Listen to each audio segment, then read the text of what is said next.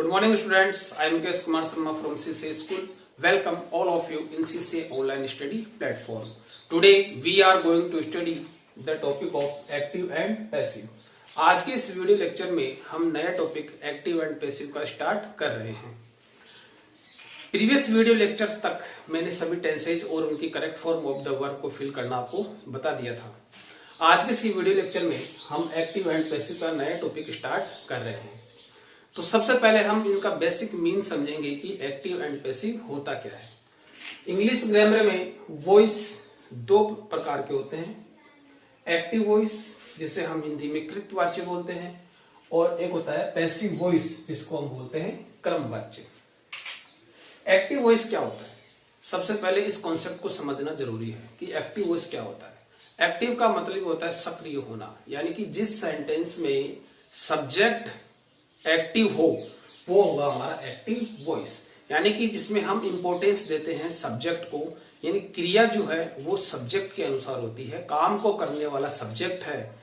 जैसे एग्जांपल में लिया है Ravi reads a book, Ravi एक किताब पढ़ता है, तो इसमें एक्टिव कौन है, रवि, हमारा सब्जेक्ट है रवि, ये हमारा सब्जेक्ट है रवि, यह एक्टिव है, यानी किताब को कौन पढ़ता है, रवि पढ़ता है। तो क्रिया किसके अनुसार हो रही है, रवि के अनुसार, यानी सब्जेक्ट के अनुसार।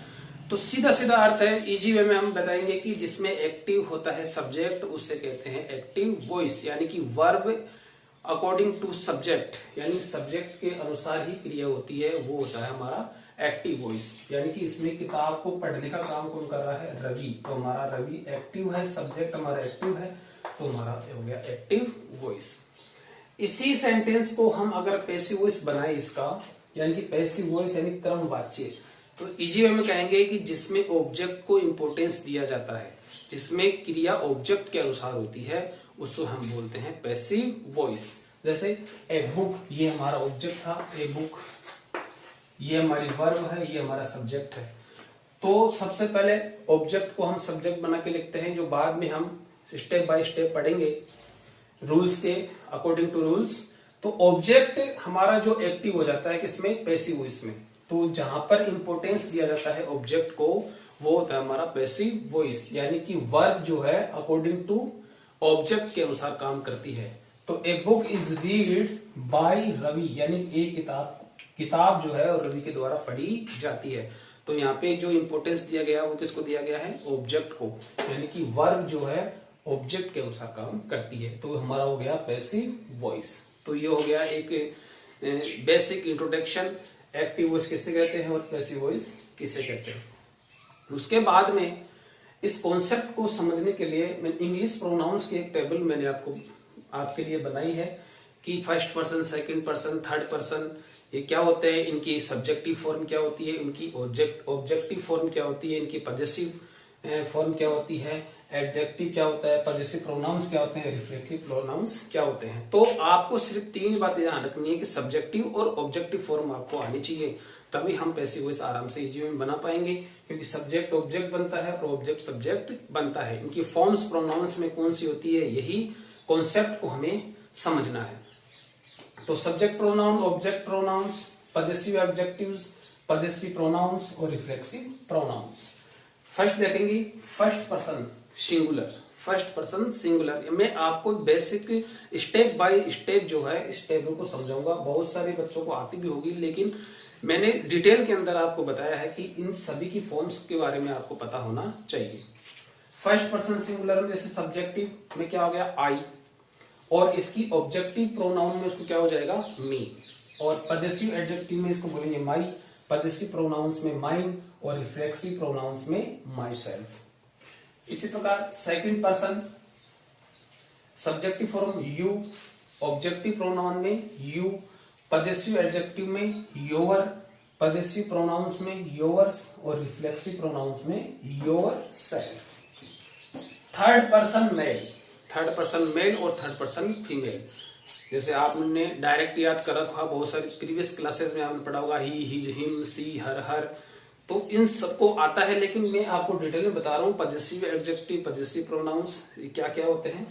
थर्ड पर्सन मेल में सब्जेक्ट में आ गया ही, और इसकी ऑब्जेक्ट प्रोनाउन में बोलेंगे इसको हिम, और पॉजेसिव एडजेक्टिव में हो जाएगा हिज, और पजेसिव प्रोनाउंस में हिज और रिफ्लेक्सिव प्रोनाउंस में हिमसेल्फ। इसी तरह थर्ड पर्सन फीमेल सब्जेक्टिव में क्या आएगा सी और ऑब्जेक्टिव प्रोनाउंस में हर, पजेसिव एडजेक्टिव में हर, पजेसिव प्रोनाउंस में हर्स और रिफ्लेक्सिव प्रोनाउंस में हरसेल्फ। इसी प्रकार थर्ड थिंग में जैसे हमारी जो होती है हमारा इट हमारा सब्जेक्टिव और इसमें ऑब्जेक्टिव क्या फॉर्म क्या बनेगी इसकी इट, और पजेसिव एडजेक्टिव में इट्स, पजेसिव प्रोनाउंस में नॉट यूज्ड यानी इसका यूज नहीं होता है, और रिफ्लेक्सिव प्रोनाउंस में इटसेल्फ। इसी प्रकार third person plural third things भी बोल देंगे इसको।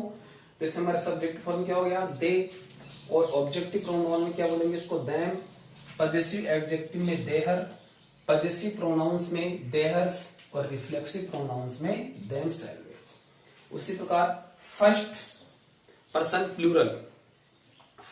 प्लूरल और यहाँ पे देखा था हमने फर्स्ट पर्सन सिंगुलर।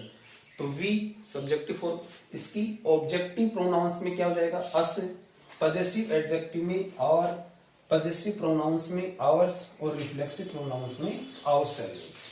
तो इन सभी कॉन्सेप्ट के बारे में हमें पता होना चाहिए। यही है सबसे मेन फंडा यहाँ का। इंग्लिश प्रोनाउंस के बारे में हमें नॉलेज होना चाहिए और इसकी हेल्प से ही हम एक्टिव पैसिव को बनाएंगे। अब देखते हैं एक चार्ट जिसमें सभी टेंसेज के जितने भी पैसिव्स बनेंगे उन सब की डिटेल में आपको बता रहा हूं, फिर स्टेप बाय स्टेप एक एक टेंसेज के हम जो है एक्टिव पैसिव शुरू करेंगे। तो देखते हैं हम इसके इस चार्ट की हेल्प से एक्टिव वॉइस और पैसिव वॉइस। एक्टिव वॉइस में हमारे जो जितने भी टेंसेज हमारे हैं जिनके एक्टिव और पैसिव बनते हैं वो है हमारे एट टेंसेज। कौन कौन से? Simple present, present continuous, present perfect, simple past, past continuous, past perfect, future simple और फ्यूचर परफेक्ट। इन्हीं टेंसेज के हम एक्टिव एंड पैसिव बनाएंगे। बाकी जो हमारे 4 टेंसेज बच गए हैं उनके एक्टिव पैसिव नहीं बनते हैं। वो कौन कौन से हैं? एक तो present perfect continuous, past perfect continuous, एक फ्यूचर कॉन्टिन्यूस और फ्यूचर परफेक्ट कॉन्टिन्यूस। इन 4 टेंसेज के एक्टिव पैसिव नहीं बनते हैं। तो एक्टिव वॉइस में हमारे जो सेंटेंस आएगा वो ऐसे स्ट्रक्चर के अनुसार आएगा और पैसिव में हम उसको ऐसे चेंज करना है। चेंज कैसे करना है हम अगर अगले वीडियो लेक्चर में देखेंगे। सभी रूल्स में आपको बताऊंगा कि आपको कैसे चेंज करना है। फर्स्ट ऑफ ऑल आपको ये चार्ट याद रखना है कि कौन से टेंस में कैसे हम हेल्पिंग वर्ब को काम में लेंगे। सभी स्ट्रक्चर तभी मैंने आपको पूरे टेंसेज पहले पढ़ाए थे। तो सिंपल प्रेजेंट में हमारा ये स्ट्रक्चर होता है सब्जेक्ट प्लस V1 या S या ES प्लस ऑब्जेक्ट। इसी स्ट्रक्चर से हमारा एक्टिव वॉइस का सेंटेंस आएगा और हमें पैसिव में चेंज करना है ऑब्जेक्ट प्लस हमें हेल्पिंग वर्ब में काम लेनी है। कैसे लेनी है वो अगले वीडियो लेक्चर में बताऊंगा, लेकिन आपको सिर्फ ये भी एक चार्ट जो है वो लर्न करना है। तो प्रेजेंट सिंपल में ऑब्जेक्ट प्लस हेल्पिंग वर्ब काम लेनी है EMR प्लस V3 यानी कि पैसिव वॉइस में MV3 यही यूज होगी और बिना थर्ड फॉर्म के पैसिव वॉइस नहीं बनता है। तो जितनी भी आप वर्ब की थर्ड फॉर्म याद कर सकें वो आपको अच्छे से लर्न करनी है। तो V3 plus by plus subject. Present continuous में हमारा स्ट्रक्चर ये था subject plus EMR plus V1 plus ING plus object. और पैसिव वॉइस में इनको कैसे बनाएंगे? यही हेल्पिंग वर्ब आपको काम में लेनी है, सिर्फ चेंज करना है, आपको बीइंग ऐड करना है। यह स्ट्रक्चर है पैसिव वॉइस बनाने का। ऑब्जेक्ट पहले, उसके बाद में EMR plus being plus V3 by plus subject. ऐसे ही प्रेजेंट परफेक्ट में हमारा स्ट्रक्चर है सब्जेक्ट प्लस हैज और प्लस MV3 प्लस ऑब्जेक्ट। तो पैसिव वॉइस में हैज और हैव के साथ में आपको बीन ऐड करना है, वो मैं आपको सिखाऊंगा कैसे। तो object plus has have plus been MV3 plus by plus subject. फिर सिंपल पास्ट में हमारा structure subject plus MV2 plus object. तो पैसिव बन जाएगा object plus was were plus MV3 plus by plus subject. ऐसे ही past continuous subject plus was were plus MV1 plus ING plus object. तो passive में आपको वॉज वर में यही काम में लेनी है और बीइंग ऐड कर देना है। ऐसे ही पास्ट परफेक्ट में subject plus had plus MV3 plus object. तो पैसिव में क्या बन जाएगा? ऑब्जेक्ट प्लस हैड के साथ में आपको बीइंग ऐड करना है plus MV3 plus by plus subject. ऐसे ही फ्यूचर सिंपल में यानी जितने भी मॉडल्स हैं हमारे उन सभी का स्ट्रक्चर यही है, subject plus will sell plus MB1 plus object. तो पैसिव में क्या बन गया, विल और सेल, यानी जितने भी मॉडल्स हैं हमारे, विल और सेल भी मॉडल्स होते हैं। तो ये स्ट्रक्चर सभी मॉडल्स के लिए भी है, सभी जितने भी मॉडल्स हैं उन सभी के साथ आपको बी ऐड कर देना है, और वही MB3 plus by plus subject. Last हमारा फ्यूचर परफेक्ट, ये हमारा structure will sell plus have plus MB3 plus object.